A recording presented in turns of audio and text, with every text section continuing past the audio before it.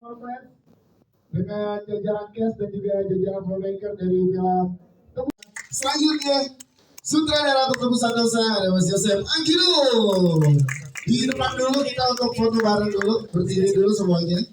Selanjutnya penulis skenario untuk film Tebusan Dosa ada Mas Alim Studio.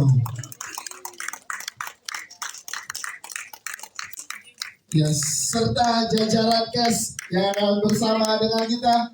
Kita sambut dan beri tepuk tangan yang paling banyak untuk Mbak Happy Selma, Putri Marino, Bisma Mulia, Shoge, Keiko Ananta, dan juga Lasmi Noto Kusumo.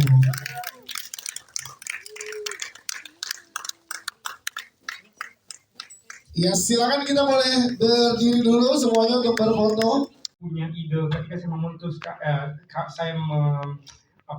saya memberi ide gimana kalau kita bikin film genre. Lalu Anggi mencoba mencari berbagai ide dan sampai menemukan sebuah ide yang memang terjadi nggak jauh dari dia, dan dia memutuskan bagaimana kalau kita berangkat dari ide cerita seperti ini tentang ibu yang kehilangan seorang anak, tentang tragedi kecelakaan Bonceng 3 yang mungkin pernah terjadi dan mungkin sering terjadi di Indonesia. Dan disinilah kita memutuskan untuk mengembangkan ide ini dengan bantuan tentunya Mas Alim Studio. Prosesnya tentu tidak mudah, tapi sangat menyenangkan karena kita nggak berhenti berproses dari penulisan skenario, pengembangan ide, proses penulisan skenario sampai saat menjelang syuting itu kita juga selalu menguji tentang terutama karakter unik ini. Apa keputusan yang akan dilakukan oleh karakter utama ini. Sampai editing pun kita selalu menguji lagi dan berproses brainstorming terus sama Mas Ali juga. Nah, ini yang saya juga sangat syukuri dengan bekerja sama dengan Anginun. Anginun selalu terbuka dengan hal ini.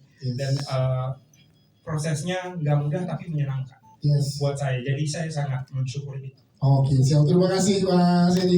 Bersama dengan pihak luar, bukan hanya pihak luar tapi juga pihak di dalam tuh banyak sekali pihak-pihak yang membantu kami dan para partners. Kami juga sangat bersyukur banyak orang-orang yang mau percaya sama proyek ini, sama film ini. Kami belum pernah bikin film genre sebelumnya tapi mereka bisa percaya. Mulai dari Legacy Pictures, dari Kui Entertainment, Phoenix Films, dan banyak lainnya, Volix, Dagelan, Invia. Tapi juga kami bekerja sama dengan satu pihak luar yaitu Showbox yang kebetulan dia memproduksi banyak sekali studio yang memproduksi banyak sekali film berkualitas dari Korea Selatan, dan salah satunya adalah film yang pertama saya sangat suka yaitu Ex Uma, dan kebetulan sukses di sini. Memang ada bantuan seorang teman kami yang mencoba mengenalkan waktu itu, kayak coba deh ngobrol, dia pengen melihat opportunity di Indonesia seperti apa, dan waktu itu saya coba email dan ngobrol dan cukup cepat ya discussionnya, dan saya mencoba pitch dan mempresentasikan secara bisnis dan cerita dan mengirimkan screener filmnya, dan ternyata dia suka dan langsung setuju untuk berpartisipasi. Saya rasa ini sangat buat kami juga sangat sebuah kesempatan yang bagus untuk bekerja sama dengan Showbox, dan terutama juga kita akan lihat, mohon doanya aja untuk melihat siapa tahu memang film ini bisa didistribusikan bukan hanya di Indonesia. Semoga menjadi pemenang dulu di Indonesia dulu, lalu film ini bisa melangkah lebih jauh lagi dari keluar Indonesia. Dan kita butuh dukungan teman-teman yang ada di sini. Indonesia menjadi produser di sini. Ini adalah tahun ke-8-nya Palari Film ditandai dengan Tebusan Dosa. Ini menarik sekali karena berarti ini adalah milestone penting bagi perjalanan Palari Films, dan gimana menyikapi dari Palari untuk lebih dekat dengan penonton di Indonesia. Selamat sore teman-teman media semua. Terima kasih untuk waktunya. Tahun ini 2024 bersama dengan Tebusan Dosa kami merayakan ulang tahun ke-8 di Palari Films. Dan selama 8 tahun ini pas banget kita juga sudah memproduksi 8 film dengan berbagai genre yang berbeda-beda. Dan ini adalah kali pertama Palari Films membuat memasak genre ketika dibilang bahwa saya diminta untuk nulis dan kemudian ya diminta untuk datang ke Palari, ketemu sama Anggi Nun, saya memang cemas sih gitu, karena saya tahu filmnya Mas Anggi kan kayak di luar nalar saya gitu, kayak sesuatu yang kayak aduh gila gue mana mungkin nulis kayak gini gitu buat Mas Anggi gitu, jadi kayak agak deg-degan ini di expect apa gitu untuk ketemu sama Edi, orang yang sangat pop ya, yang amat sangat mengerti apa yang dia mau gitu, dia kayak Lin, pokoknya gue punya kayak gini, jadi buat saya ini perpaduan yang luar biasa sih gitu. Dan saya merasa triangle discussion antara kita bertiga tuh kayak Mas Anggi tuh orang yang sutradara menurut saya amat sangat paham apa yang dia mau, apa yang mau dia kerjakan. Jadi ketika saya ketemu ide ceritanya udah ada dan sebenarnya potongan-potongannya tuh udah berserakan di mana-mana gitu. Ya. Jadi dan kemudian dengan arahan dari Edi bahwa ini kita kepingin gini. Saya jadi sebenarnya tugas saya sebenarnya tinggal 40% menyatukan potongan-potongan itu gitu untuk jadi ini proses menulis yang buat saya amat sangat seru juga gitu karena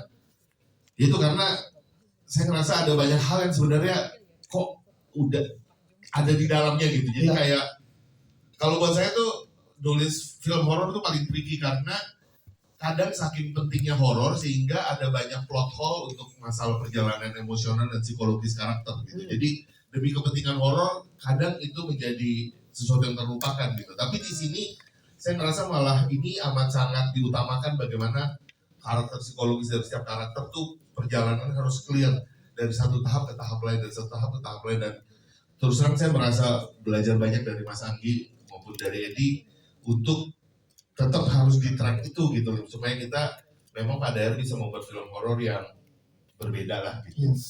Dan di tengah proses itu saya kan tinggal di Pejaten Timur, jadi di dekat situ ada kali Ciliwung. Ya tiba-tiba ada anak warga situ yang hilang lagi mandi di situ, dan kecemasan yang muncul tuh di dalam satu kompleks itu, kecemasan yang saya ngerasa musibah hilang di air itu sesuatu yang amat sangat unpredictable dan amat sangat menyakitkan karena kayak air gitu terus kemudian gitu. Jadi buat saya pengalaman itu kayak kegelisahan yang muncul, saya bisa merasakan di Tebusan Dosa ini menjadi sesuatu yang amat sangat relatable gitu, dan ya ini sesuatu yang buat saya sesuatu yang perjalanan yang luar biasa sih gitu. Karena kejadian itu pada saat proses development untuk penulisan Tebusan Dosa Mas Anggi. Setelah pas saya nulis berapa draft ke berapa gitu, terus saya bertemu dengan kasus itu. Gitu. Bukan untuk Mas Anggi, bukan Happy Salma yang rasanya kita semua baru aja pengen, ayo deh kita bantuin juga nih nyari, ayo deh kita ikut punya harapannya juga. Dan ini menariknya boleh dong diceritakan Happy, gimana proses mendesain karakter Warning yang sebegitu punya harapannya tapi kehilangannya dan merasakan banget teman-teman di sini. Silakan Dewi.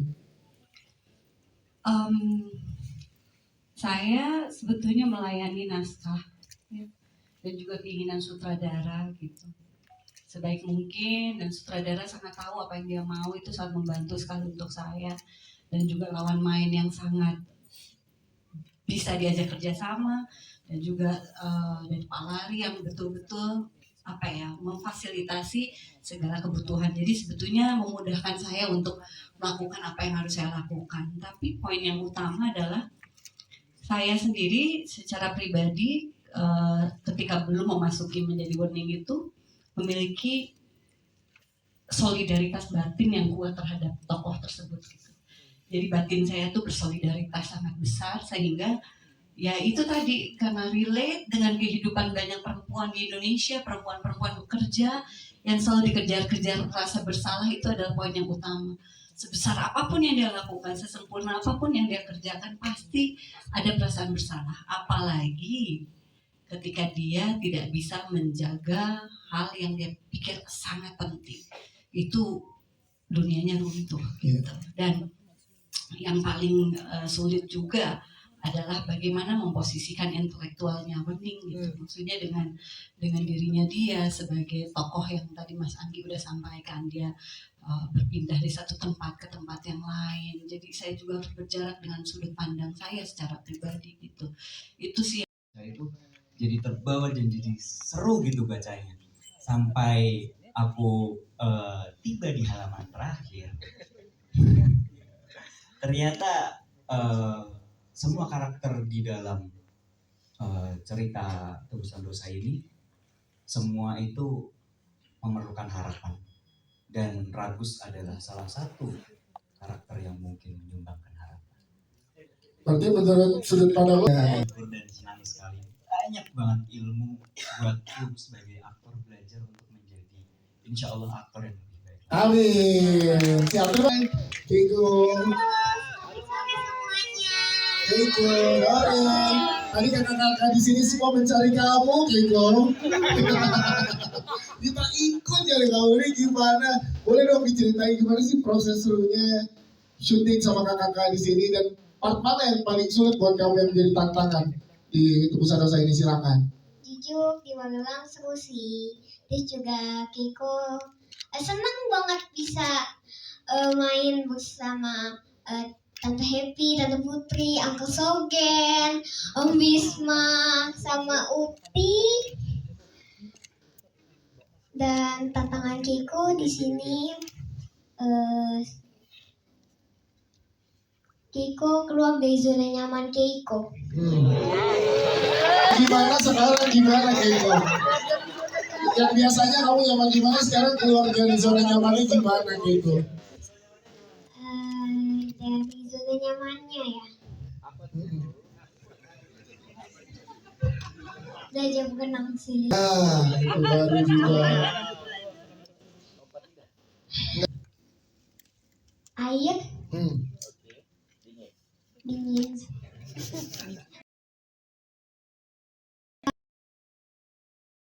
Sih sama mandi. Seru ya, akhirnya seru ngarahin kamunya ya. Terus juga pas hari pertama syuting, Keiko bakal lama. Atau ya? Ternyata cuma paling paling lama tuh take cuma 6 atau 7. Lainnya oke, next shoot. Next it, cek file gitu ya. Secepat ini gitu ya. Kayak gitu, kok bisa? Dan yang kemarin Kiko bilang, Om Agi punya 2 kepribadian. Iya, kamu masih ingat ya perasaan sebelumnya ya. Ya, pas lagi di depan monitor sama di luar proses syuting gitu ya. Siang, oke, gimana? Untuk karakter yang ada di dalam film ini yang mengantui kita sepanjang film, pengen tanya dulu, kemarin gimana kok bisa nonton final basket? Itu gimana ceritanya? Ada di tengah-tengah crowd teman-teman pecinta basket Indonesia loh. Silakan boleh diceritain loh.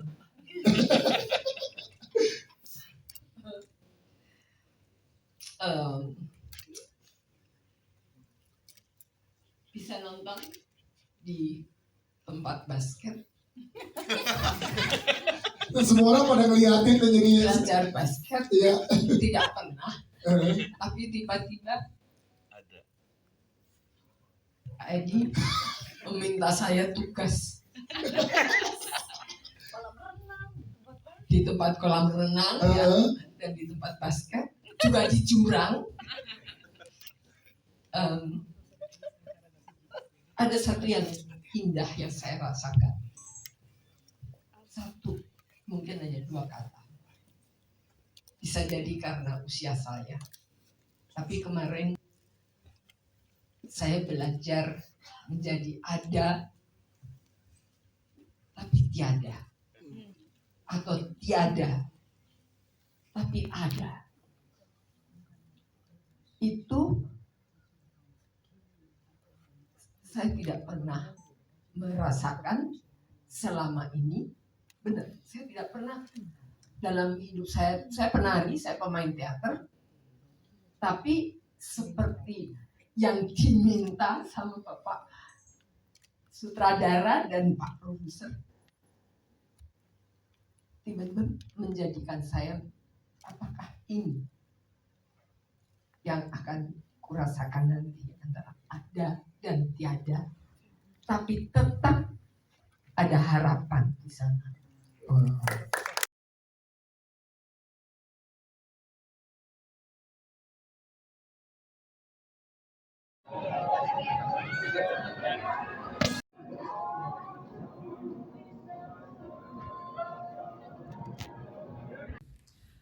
Selamat sore semuanya. Semoga suka sama filmnya. Terima kasih. Aku ingat banget itu lagi siang, terus Mas Edi nelpon, dia bilang punya satu skrip ditulis sama Mas Alim, sutradaranya Mas Anggi, dan genrenya adalah misteri horor. Di situ aku langsung oke, aku boleh baca skrip dulu. Setelah aku baca skripnya, aku diam dulu sebentar karena aku belum pernah baca skrip misteri horor sebelumnya. Jadi perannya sebagai Tirta, seorang podcaster, seorang mantan atlet yang akhirnya harus pindah dari Jakarta, meninggalkan keluarganya dia, mungkin teman-temannya dia, sahabat-sahabatnya dia. Rasa kehilangannya Tirta di situ, dia harus datang ke suatu tempat yang dimana dia harus memulai hidupnya dia yang baru. Dia membuat podcast, mengajak anak-anak berenang, dan situ mulailah perjalanannya Tirta gitu. Kalau untuk membentuk karakter Tirta sebenarnya banyak diskusi sama Mas Anggi, karena Mas Anggi tahu persis apa yang dia mau dari hari pertama kita reading, dan itu benar banget kata Teh Happy, sangat membantu kita saat reading dan saat syuting gitu. Dan melihat Tebusan Dosa tentang kehilangan, mungkin itu salah satu kenapa aku mengambil proyek ini. Putri udah pernah merasakan kehilangan yang sangat besar. Belum setahun mengalami kehilangan yang sangat besar, akhirnya mengambil sebuah film yang tentang kehilangan. Itu awalnya aku berpikir mungkin dengan mengambil proyek ini aku bisa menyembuhkan diri aku, tapi ternyata susah sih untuk menghilangkan rasa kehilangan itu. Aku aja yang hanya kehilangan satu orang, dunia rasanya runtuh gitu. Gimana Mbak Wening yang kehilangan ibunya, kehilangan anaknya di hari yang bersamaan, itu luar biasa sih. Wening adalah sosok perempuan yang hebat. Wening adalah mungkin bisa menjadi hero buat kita-kita semua yang pernah merasakan kehilangan orang terdekat kita. Terima kasih. Terima kasih Putri Marino. Kamu ada satu request dari teman-teman media, katanya cobain dong openingnya podcast tadi. Boleh dong? Ya nggak sih? Boleh. Boleh dong, silakan. Hidup bagaikan air sungai, mengalir tak tertahankan, tak akan berhenti, hingga akhirnya ia bersua di muara dan menyatu di lautan. Selamat datang di Saiki Tirta. Hari ini kita press screening untuk film Tebusan Dosa. Mohon doanya, semoga ya. Amin. Jadiin si podcastnya ya, setuju ya. Kalau dilanjutin podcastnya setuju ya. Tuh, ada yang setuju. Iya, ntar tiap podcast punya cerita lagi. Jadi film keberapa terus banyak. Terima kasih Putri Marino. Kita lanjut, ada teman kita juga, aktor dari Jepang, ada Shogen. Tepuk tangan untuk Shogen. Yes, ada Mbak Dalia di sini yang akan membantu untuk mentranslate ke bahasa Jepang. Nanti di bahasa Jepang itu nanti dibantu translate lagi sama Mbak Dalia.